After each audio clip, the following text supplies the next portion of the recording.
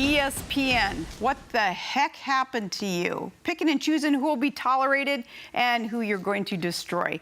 They suspended Curt Schilling because he tweeted this stat. Only 5 to 10% of Muslims are extremists. In 1940, only 7% of Germans were Nazis. How'd that go? ESPN reacted about as fast as a Schilling pitch, and they started whimpering, Kurt's tweet is unacceptable, and we've removed him from assignment. A bunch of water boys over there running the show. There has been crude, rude bile spewing from that network for years. One ESPN affiliate's on-air rant featuring their misogynist, animalistic analysts giggling through an entire X-rated celebration of violence against women. It didn't even draw a chirp from ESPN's top dogs. They had a convicted rapist on graphically describing the next rape that he hoped to see in a sports broadcast. So Schilling's tweet, well, it was just a stat. ESPN, you use stats. It's true, 88% of Egyptian Muslims do favor death over anyone leaving Islam, and these views are seen by reasonable people as being extreme. So ESPN, by denying the accuracy of that stat, of the tweet, it shows your utter weakness as you guys just swallowing ISIS propaganda. You know, terrorists using ESPN to mislead the public about the very real threat of terrorists.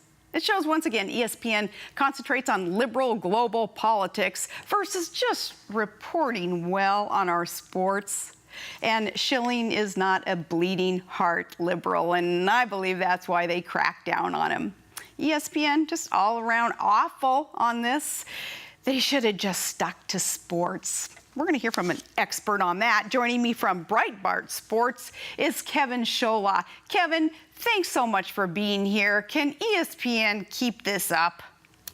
Governor, thank you so much for having me. It's an honor to be with you. And yes, unfortunately they can, because we have seen in so many examples that the powers that be at ESPN now are far left liberal in their agenda. And it is unbelievable, because not only are people like Schilling in this latest case shot down or suspended when they say something like you said that deals in things that you like to deal in, fact and common sense. Well, no, he's got to go. But in the meantime, if you are pro Michael Sam or airing Michael Sam's Kiss on the air, or pro Ferguson from the standpoint anti-police statements that was said by some ESPN people, that's okay too.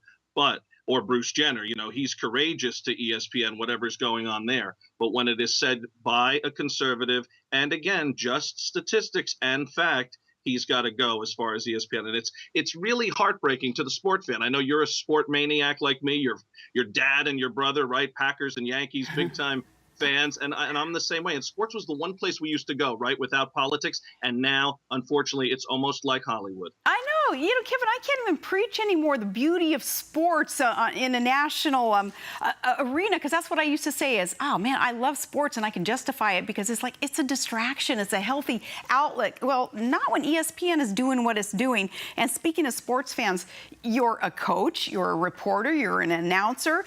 Do you think that other sports fans, not just us, do you think anybody really likes this type of back and forth politico talk, or wouldn't people just rather hear about sports?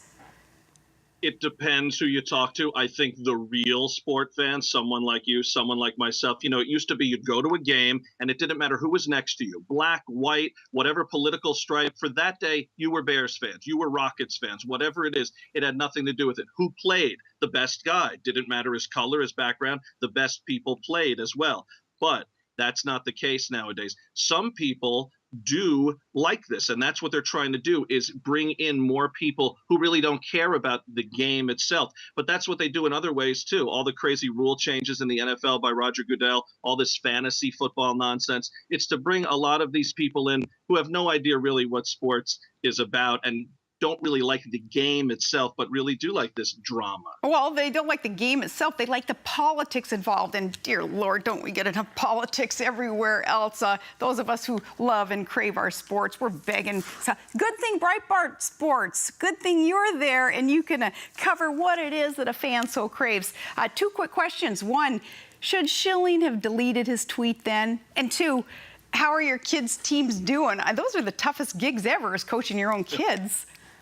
Well, that's the thing about the shilling thing. You really you see what he did, but he should have pulled a Trump, for lack of a better term. He should have doubled down and said enough with this apology nonsense. Because if a guy who's won multiple World Series, Bloody Sock, Red Sox, Diamondbacks, a guy like Curt Schilling is forced to apologize, what if you're some third stringer on a team? You'll be scared to talk. And that's exactly what they want. If you don't agree, don't say a word, or we'll do to you what we're doing to anyone, no matter their level. As far as my guys, thank you for asking. Softball and baseball just ended. They're doing great, and now they moved on to cheerleading and football.